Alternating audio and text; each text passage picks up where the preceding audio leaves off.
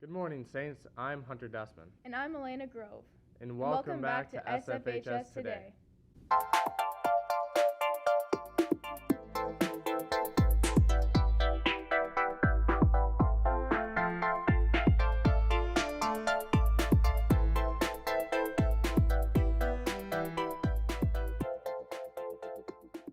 In world news, last week, according to CNN, Turkey launched a planned military attack on Syria, just days after President Donald Trump's administration announced the pullback of U.S. troops around the border area.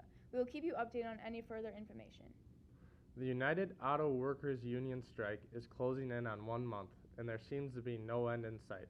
The UAWU has been losing $90 million a day, and thousands of workers are losing money daily, according to Vox News. In national news, U.S. President Donald Trump may have opened the door to cooperate with impeachment proceedings. According to the Wall Street Journal, the president said he would cooperate if the proceedings were votes on by the House, along with some other stipulations. This indicated a reversal of previous statements saying the White House could not cooperate.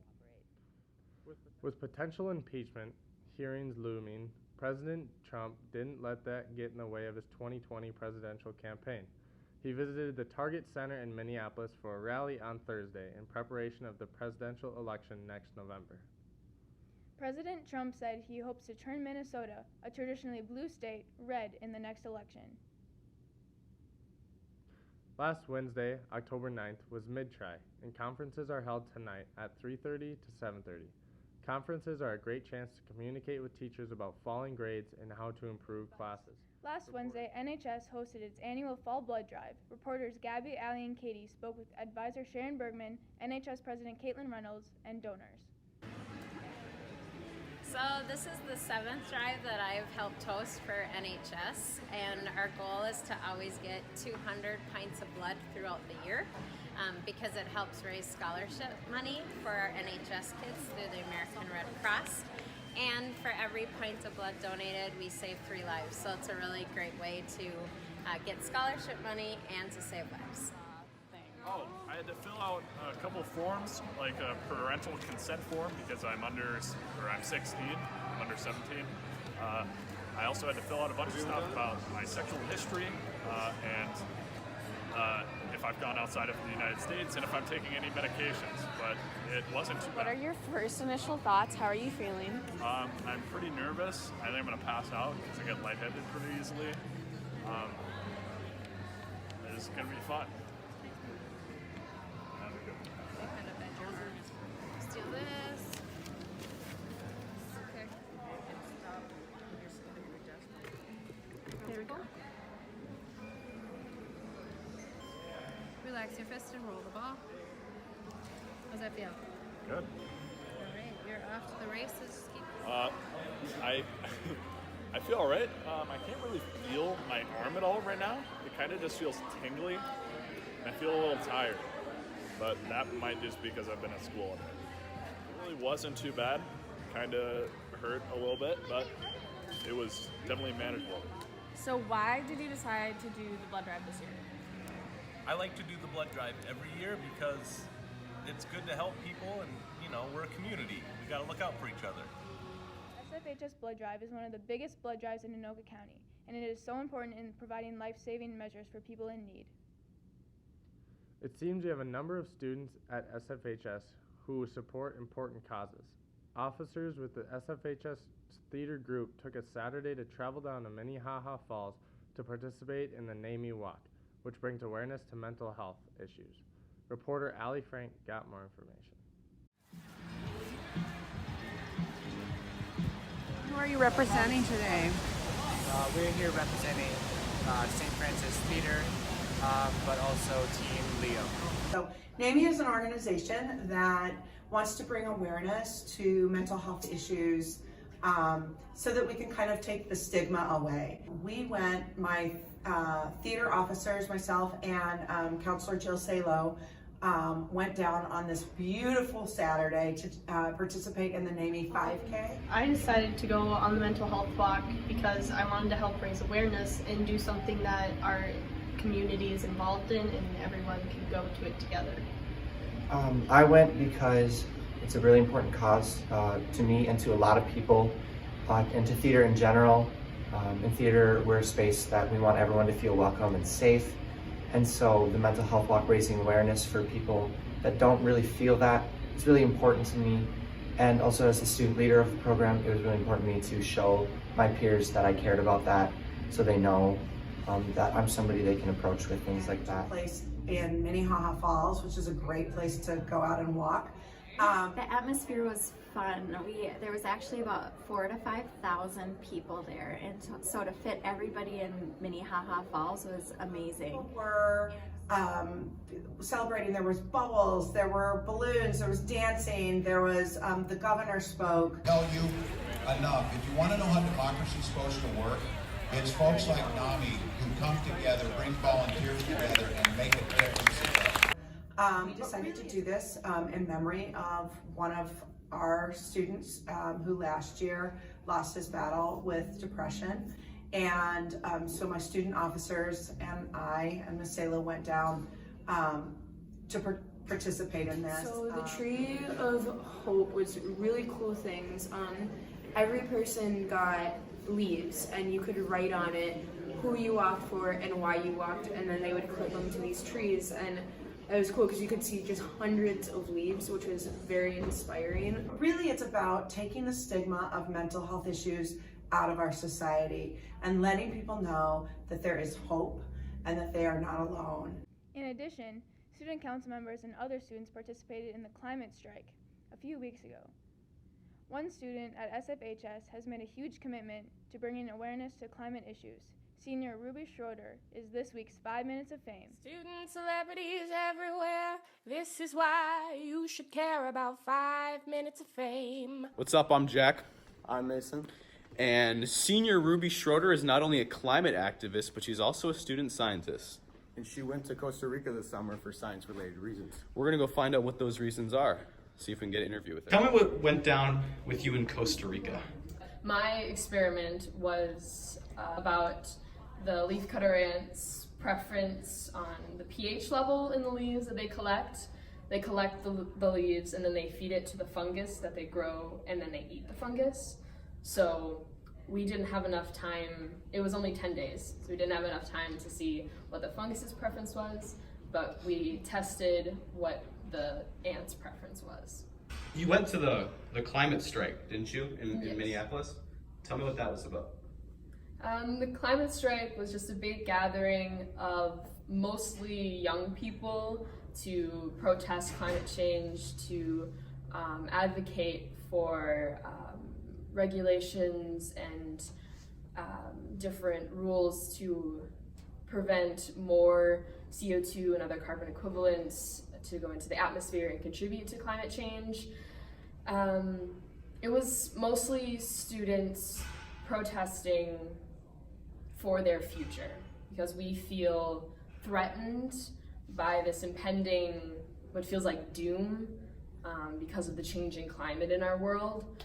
So that was us standing up and saying no. So we would skip class, people skipped work because it was a strike. We just all got together and heard some people speak. I have had Ruby since in theater since, I say literally since she was a puppy, because the first show she ever did with me, she played one of the 101 Dalmatians, and she's been in theater ever since. So her being a senior this year, it's really hard for me to see her go, but what's been amazing is watching her grow in this art form, and in her passion for just for theater, but also for issues, and for her understanding that theater is one way that people can put voice to their issues. And so what she's done in the last few years is really taken on this role as a playwright, and she's been exploring that in a lot of different ways. One of the things that she did in her homeschool collective was she did write some plays for climate change, about climate change, and they were done on, I believe they performed them on Earth Day. And so what she understands about theater as an art form is that it isn't just all fun and games necessarily, but it is a way to get people talking about issues. What can we do as kids and students? What can we do to help with this issue? There are a bunch of organizations that you can join to be a part of a greater community of people who are fighting climate change.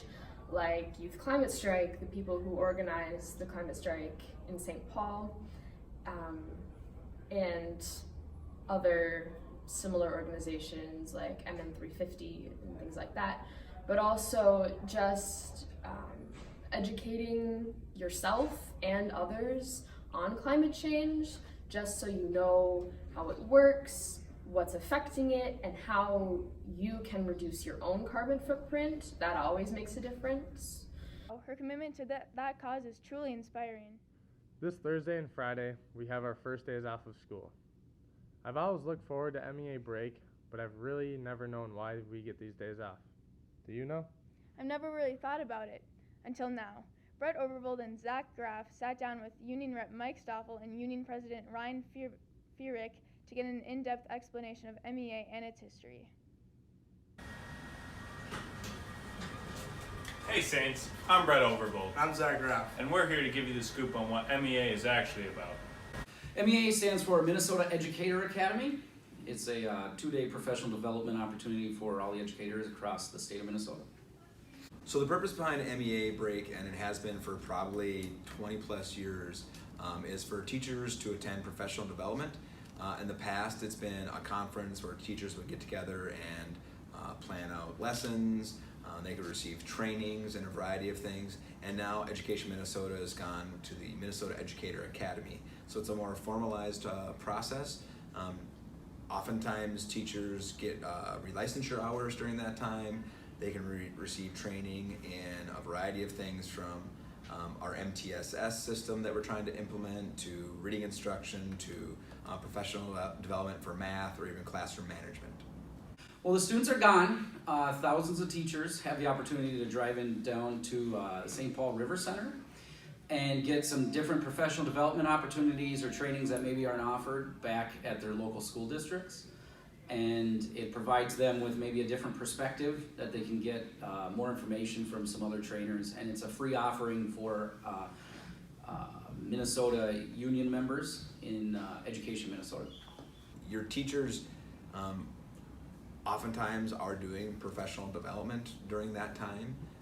As of right now, almost, I think it's all but 2 school districts in the state of Minnesota recognize MEA in their calendar as 2 unpaid days for educators in the state of Minnesota. And so it's still a pretty strong trend, and it's something that we hope everybody takes advantage of. We're still working on, here's how we want the rest of the trimester to go. Here are the things that we need to maybe adapt and change in our lesson plans, and here's how we're going to work with those students to make sure they're successful. Thanks for that information. I never knew that. Before we head over to sports, let's see what Zach Jeanette and Alex Vandekar came up with for the RQT this week. It's the random question thing, ding. I'm Zach Bonnie. I'm Mike Castle. I'm Dane Mann. What is your dream cars? I do 2006 Ford 500. Zoe Graff. Kira White. And what's your dream car? A black Mercedes G-Wagon. A white Maserati. There it is. What's your dream car? Rolls Royce. My dream car would be the Mystery Machine. I'm Jake Magnuson, and my dream car is a Lamborghini Sian FKT 37. Austin Graydon. What's your dream car? McLaren P1. 2008 Ford Fusion, twin turbo. Now let's kick it over to sports. Hey Saints, I'm Jordan Haller, and this is sports.